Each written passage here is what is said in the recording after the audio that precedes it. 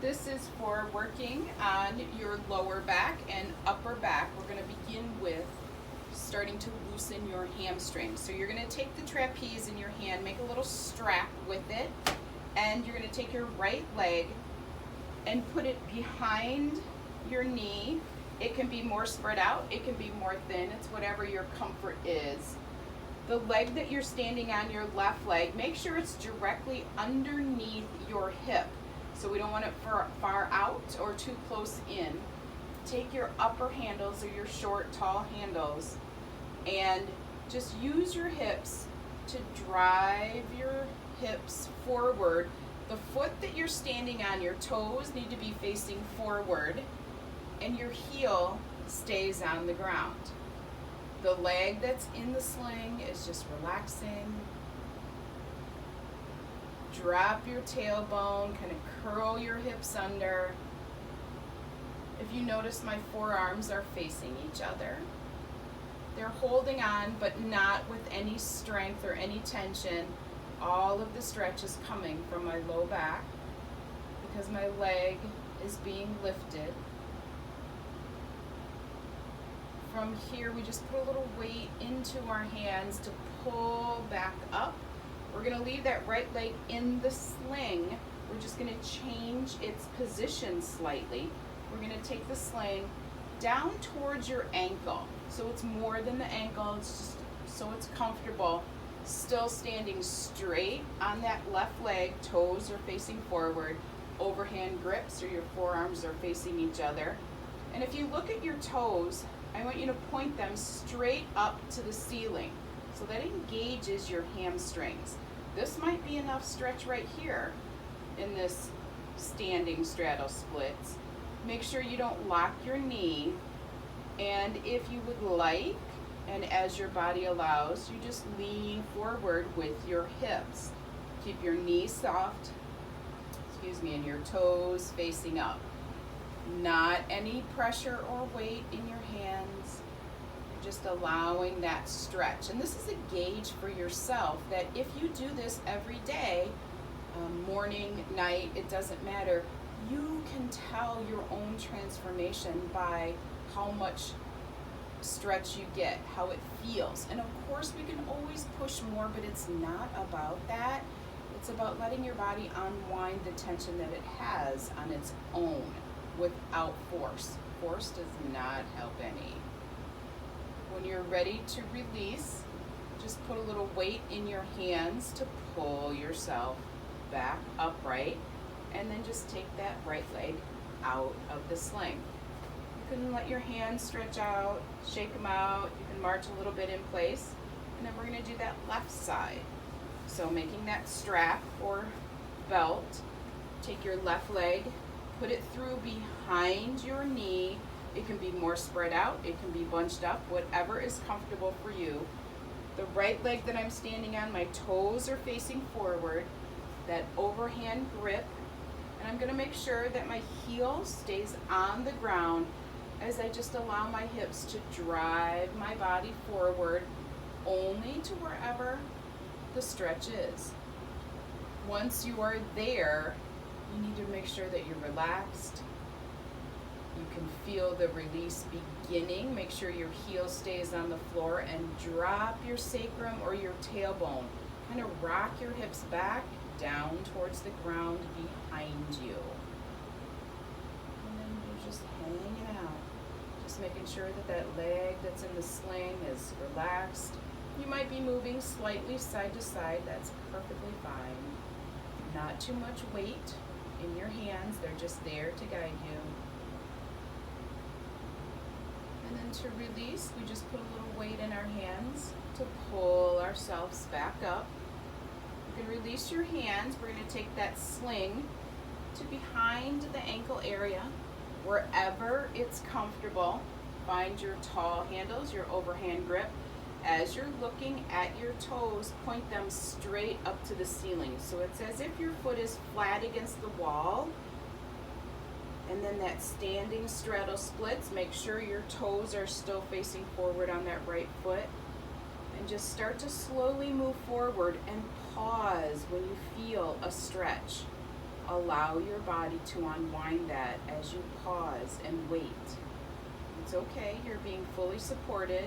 Yes, this is for your back. We have to release the tension in the back of your legs before we can do anything with our back. You might feel that pull or that stretch on the back in your hamstrings. You're just going to wherever it feels comfortable. Of course, you can feel it, but it should never be with pain. You can feel something and not have it be uncomfortable. That's where you need to pause and let your body unwind from there, not pushing it into pain. And then we're going to put a little weight in our handles to come back upright. I'm just going to take that left leg out of the sling. I'm going to march, shake it off. From here, we're going to find the edge of the trapeze so that we can just shake it out since we had it in that strap or that belt. So it's just going to lengthen the whole thing out. From here, I'm actually going to come around to the other side just for the video purposes, but you don't have to change. So you're going to take the edge, the complete edge, grab onto it with your thumb facing yourself. So now the trapeze is behind me and it's about at my waistband area. And I'm just gonna kind of bicycle myself backwards to sit up in the trapeze. The adjustments are the the part of the trapeze that's under my hamstrings, and then also the part that's floating behind me.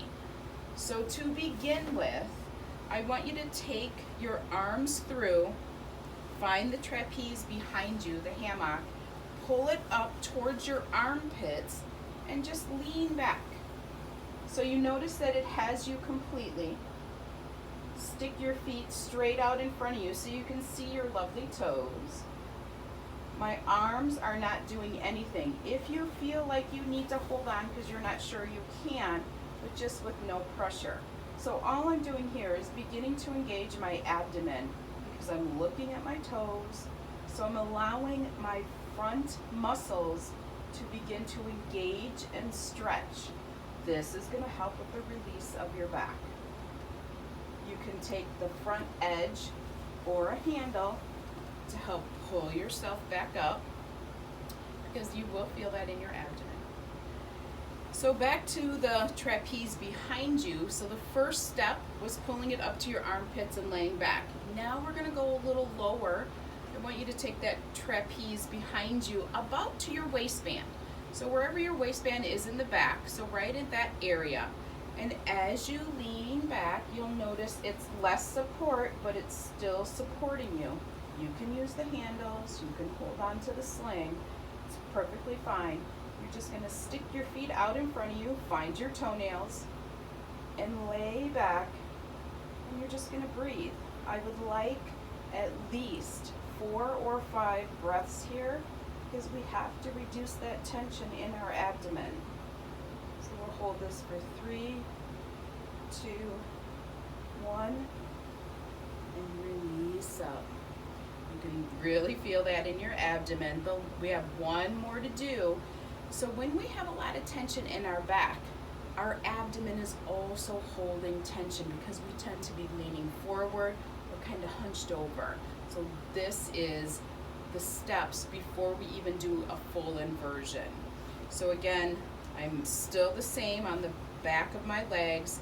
I'm going to take the trapeze and I'm going to try to get it a little lower than my waistband. And you'll notice that I'm moving my legs a little bit because sometimes you kind of have to shimmy to make that happen. My thumbs are hooked in the trapeze to hold it down as low as it's comfortable. And as I lean back, there's very little supporting me because now I really have to work my core. So I'm going to stretch my legs out, point my toes up to the ceiling, lean back. You can be holding on, and we'll hold this for 4, 3, 2, 1, and release up. So from here, we're going to go right into our hangman or our upside down inversion.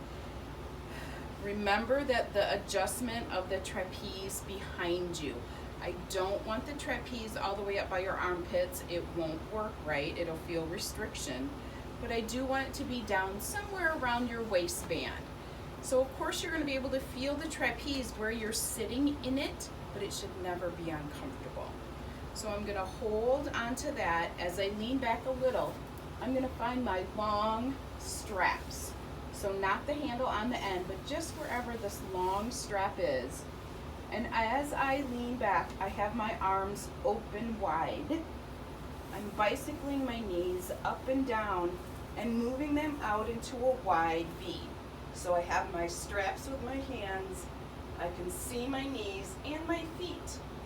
I'm going to pop my feet out. So now I'm in a V, upside down.